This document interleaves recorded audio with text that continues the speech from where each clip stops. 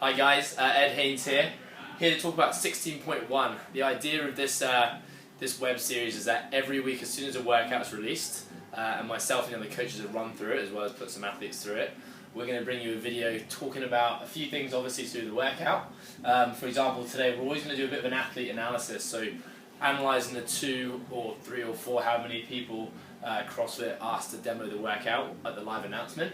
We're going to talk about some strategy and where they did well and where they didn't do so well. We're always going to talk about limitations and things you should think about there. Some advice on pacing strategy given what we've seen and what we've felt. And just some general reminders as to how you're going to get the most out of this workout. We're going to try and make sure we get this video out to you every Friday evening.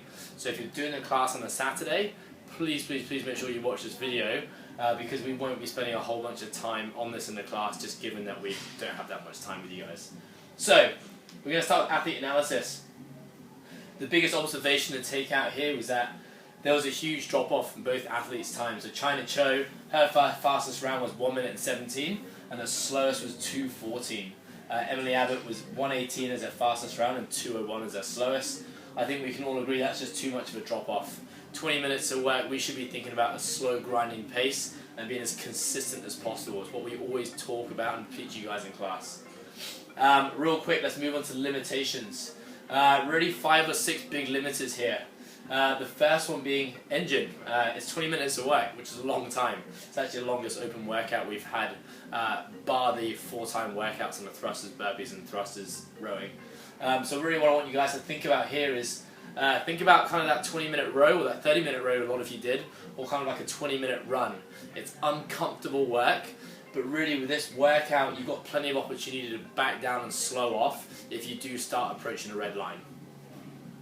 Overhead stability and mobility, this is really in reference to the overhead lunges.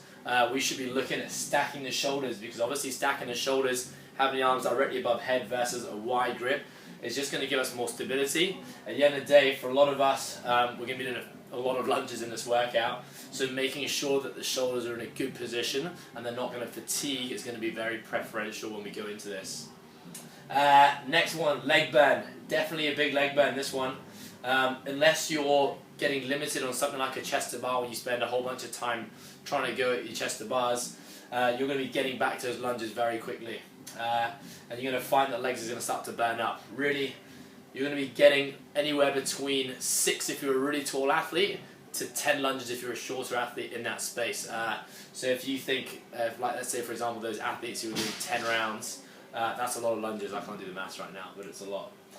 Particularly, personally, I found going from the overhead lunge into the bar over burpees back into the overhead lunge was particularly taxing on the legs. Obviously, chest to bars gives our legs a bit of a break. So just think about that and be ready for it. Chest to bar endurance. I think when this workout came out, 90% of people thought about the chest to bars straight away and whether that would be good for them or bad for them. So just remember, obviously, if you're good at chest to bars, how you want to rate that. If chest to bars are something that's very hard for you, then obviously we're going to put a lot of emphasis into making sure we execute those. And last one, focus. Given that it's 20 minutes, that's a long time to stay focused. Focus really coming down to 2 things. Firstly, sticking to your strategy, whatever that might be, and sticking to it for the entire 20 minutes. And secondly, for me personally, remaining focused with regards to accuracy on the overhead lunges.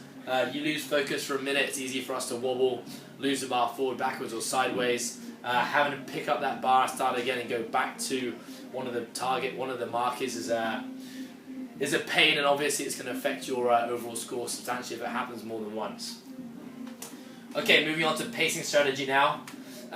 Conserving the engine. Again, 20 minutes. If you go flying out the gates here, it's going to be a painful 20 minutes. Really the biggest place we're going to start to think about conserving the engine is going to be in the transitions. We know that really if we're going to be going unbroken with the overhead lunges, we can only do that at one pace. Chest to bars, we'll talk about that in a second, but really that's going to be the at one pace.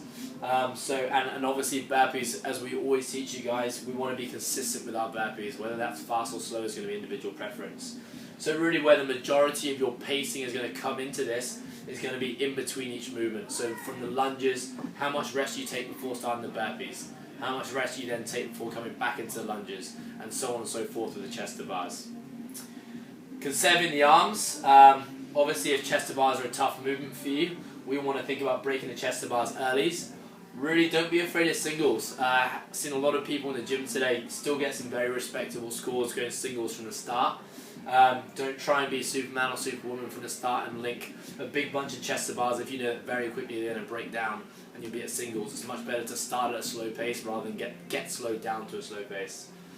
Last one is burpee cycle time. How fast you're moving off the floor and jumping over that bar and going into that next burpee. Watching everyone in the gym today and watching the 2 pros do it this morning, we've seen the biggest amount of drop-offs and cycle speed on the burpees. Alright, so basically when you're doing your burpees and basically when we think about all this pacing work, start slow. Because it's such a long workout, if you're looking at a decent score here, and that's not based off the elite because they're the elite, remember, so don't be thinking we're going to be at 10 rounds, most of us are nowhere near there. But just remember there's a lot of rounds that we're going to be hitting here. So what that means is that if we know that the likes of China Cho, who's an elite CrossFitter, her slowest time was a 2:14, if you guys were to start at a 2:14 pace, that's going to feel really, really slow.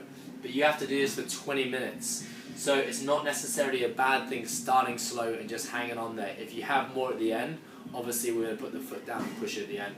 But bear in mind, just remember these paces. If you're crushing that first round in under 2 minutes, just remember like you're up there with the elite pace, with the elite pacing strategies. That's going to be very hard for you to hold on to. Very quickly, just reminders. Keep your chalk close to you. Chalk on the overhead squats, making sure your hands don't slide in that bar, and obviously for the chest to bars. I will say keep it in your bucket. I don't want to see pieces of chalk spread around the gym. Hate that. Knee sleeves are a no-brainer really. If your knee's going to touch the floor every time, if you want to save the skin in your knees as well as any potential bruising, put your knee sleeves on. Make sure you're warming up well. It's going to be a thorough aerobic workout here today, so make sure your warm-up is replicating that. We want to get a lot of blood flow to the legs and the upper body, and we want to get the respiratory system up. And lastly, remember to cool down. We have 5 weeks of this. Don't just finish that workout and walk out the gym and expect to come back into training. Given that it's the open, I know we're all going to push a little bit harder than we normally do. So taking the time to make sure we're bringing the heart rate back down and doing our restorative work is going to be really, really important. That's it from me, guys, and good luck, and I'll see you tomorrow.